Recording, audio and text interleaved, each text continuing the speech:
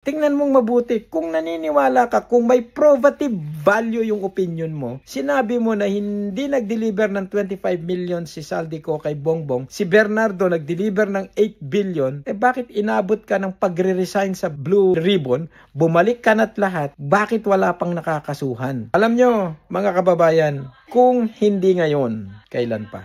Kailan tama na yung tama na? Kailan? Kailan at ilang beses nyo papayagan na yung biktima ang ikulong kesa sa salarin?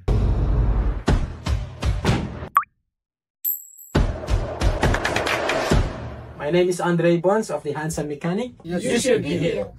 Ngayon, ito pong nangyayari sa bansa natin. Kung titingnan natin ng malalim, yung wala kang pinapanigan, wala kang tinatanggap na benepisyo mula sa magkabilang panig, isa ka lang bystander na nag-a-analyze. Ako po, matibay ang aking paniniwala na hindi si Marcos ang nagpadala kay Duterte sa ICC. Unang-una, wala pong political motive si Marcos para gawin niya yun kay Duterte. Kasi si Duterte, si Tatay Digong, ang presidenteng nagbigay ng marangal na libing sa tatay nila na ipinagkait ng 5 presidente.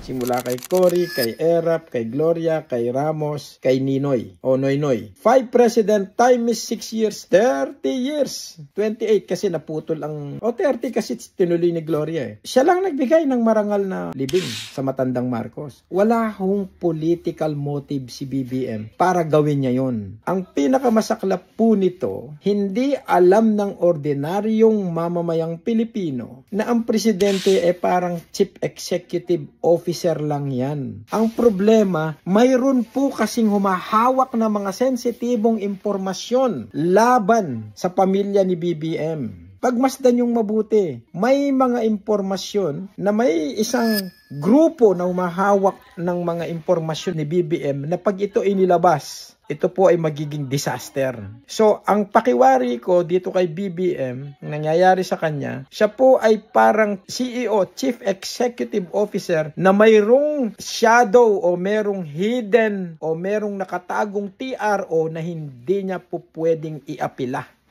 Kaya pagmasdan po ninyo, yung pong pasabog ni Amy Marcos, hindi yun pasabog na gustong sirain si Bongbong. Gusto niyang isalba ang kapatid niya at ang taong bayan. Agenda, senador na yan, presidente na yung kapatid niya. Agenda pa bang pinagsasabi ninyo? I don't think si Amy, mananaig kay Amy yung pagmamahal niya sa kapatid niya versus dun sa agenda niya. Sa totoo lang, I don't think hahabol pa si Amy kasi wala na pong boboto sa mga Marcos. Ngayon, pagmasdan nyo, noong araw si Risa Hontiveros, may book pa yan na pinirmahan, never again. Pero ngayon, die hard again. Ping Lacson, kailan ka naging abogado ng mga Marcos family? Tingnan mong mabuti, kung naniniwala ka, kung may probative value yung opinion mo, sinabi mo na hindi nag-deliver ng 25 million si Saldico kay Bongbong, si Bernardo nag-deliver ng 8 billion, bakit inabot ka ng pagre-resign sa Blue Ribbon, bumalik ka na't lahat, bakit wala pang nakakasuhan? I mean, yung kaibigan kong dating pulis, ang sabi niya, bilib ako dyan kay Lacson. May paninindigan. Parang gumuho na ngayon. Tito Soto, ang ganda na ng simula ng pamangkin mo si Vico Soto. Ayan, dahil sa maitim mong balak, nadamay pati political career ng pamangkin mo.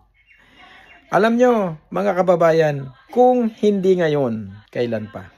Kailan tama na yung tama na? Kailan? Kailan at ilang beses nyo papayagan na yung biktima ang ikulong kesa sa salarin? Sa panahon po natin ngayon, mahirap paniwalaan kung alin ang tama. Kung sino pa ang may malasakit, nagpapakita ng ebidensya, sila pa ang hinahabol. Kailangan natin ng isang leader na hindi siya matatakot kahit 3 ICC pa yan. Kailangan natin ng isang leader na talagang sisiguraduhin na bawat korap sa gobyerno 6 feet below the ground. This is Andre Bonds, the Handsome Mechanic. Another POV. You shouldn't be there.